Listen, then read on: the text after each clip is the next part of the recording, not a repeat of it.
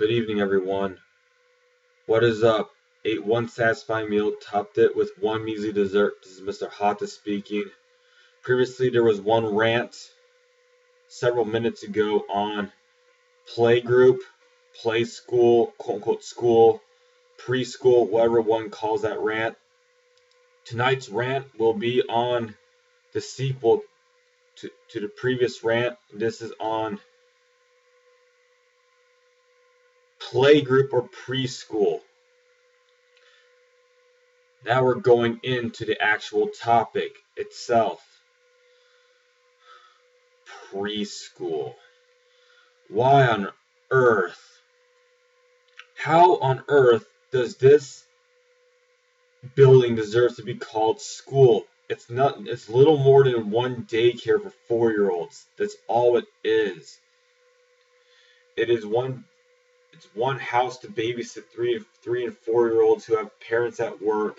That's all that is. No learning, new learning material, no pressure, nothing but pure laziness and playing all day long. Apologies for rambling, but the problems with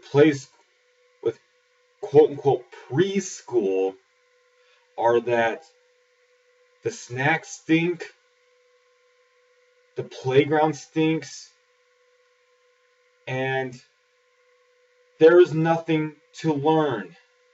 Let's start with the first topic, shall we? The snacks. The snacks are nothing but the first problem with preschool. The snacks are that they're nothing but chips, pretzels, cookies, raisins, whatever one calls them, whatever snack they're serving. These snacks are nothing but carbohydrates, which we get plenty of in our diet because we're Americans. And that's all. The main macro ingredient, carbohydrates, is common enough. We do not need more carbohydrates than what we're getting at home. These food products that they're serving to students have little protein, nothing but carbohydrates, little fat,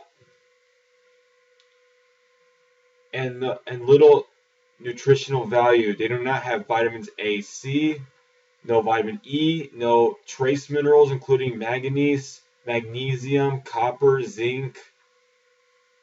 There might be several more that are not as important, but vitamin E, several others to bring up, no. These snacks are essentially empty calories. They're nothing but either carbs or sugar. They're not filling at all. One of those little servings, those raisin boxes, 2 graham crackers, one handful of crackers, those cookies, one little cookie, those have 100 calories each. And nobody eats one serving of those food products. Who on earth eats 2 graham crackers, 1 box of raisins, 1 little serving, quarter cup of raisins, 2 tiny bite-sized cookies, and what else?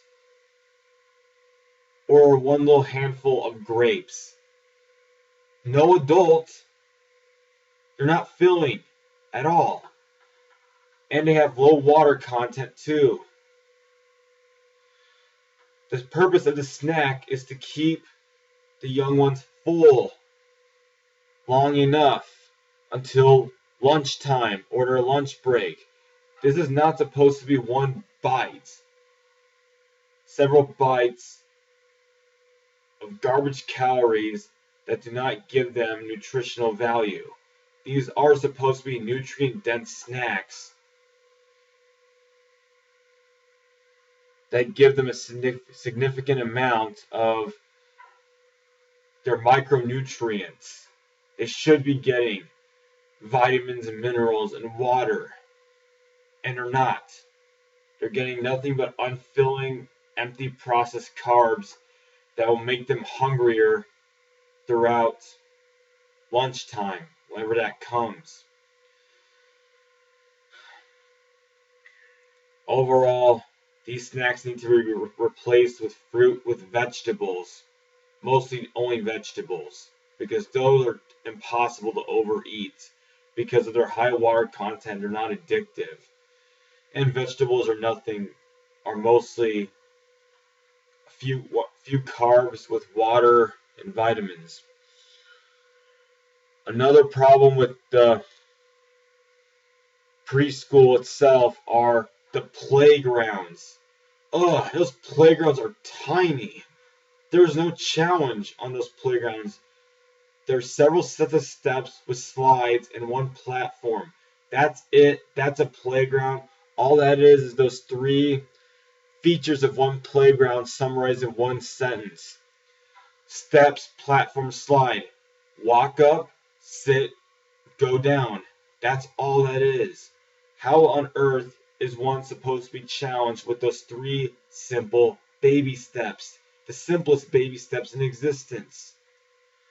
It's not going to improve the young ones. It's going to keep the young ones being lazy and not allow them to expand their horizon. These playgrounds need to be larger. They need to have more features on them, and they need to have more obstacle courses on them, and they need to have more creativity or works of art to enhance the young one's experience. One final problem, the learning systems. These students are not learning at all in that one-story building. They're running around. They're not sitting still, and do not practice their ABCs. Do not practice their 1, 2, 3s. They wait until kindergarten for that, and they don't read. They listen to a bunch of picture books that do not teach enough lessons. They sit around in that prayer circle, whatever they call that, or rug, for story time, and they sing a cleanup song. That's it. That's not learning. That's too basic. Those ideas are too simplistic. They need to be learning the basics of kindergarten so they have a jump start. They're not getting a jump start by playing all day and by not being productive. They will be ahead of the game once they're introduced to enough challenges throughout their learning experience. They should be learning how to compose sentences, how to write several words at once. That's not tough because we all figured that out by adulthood.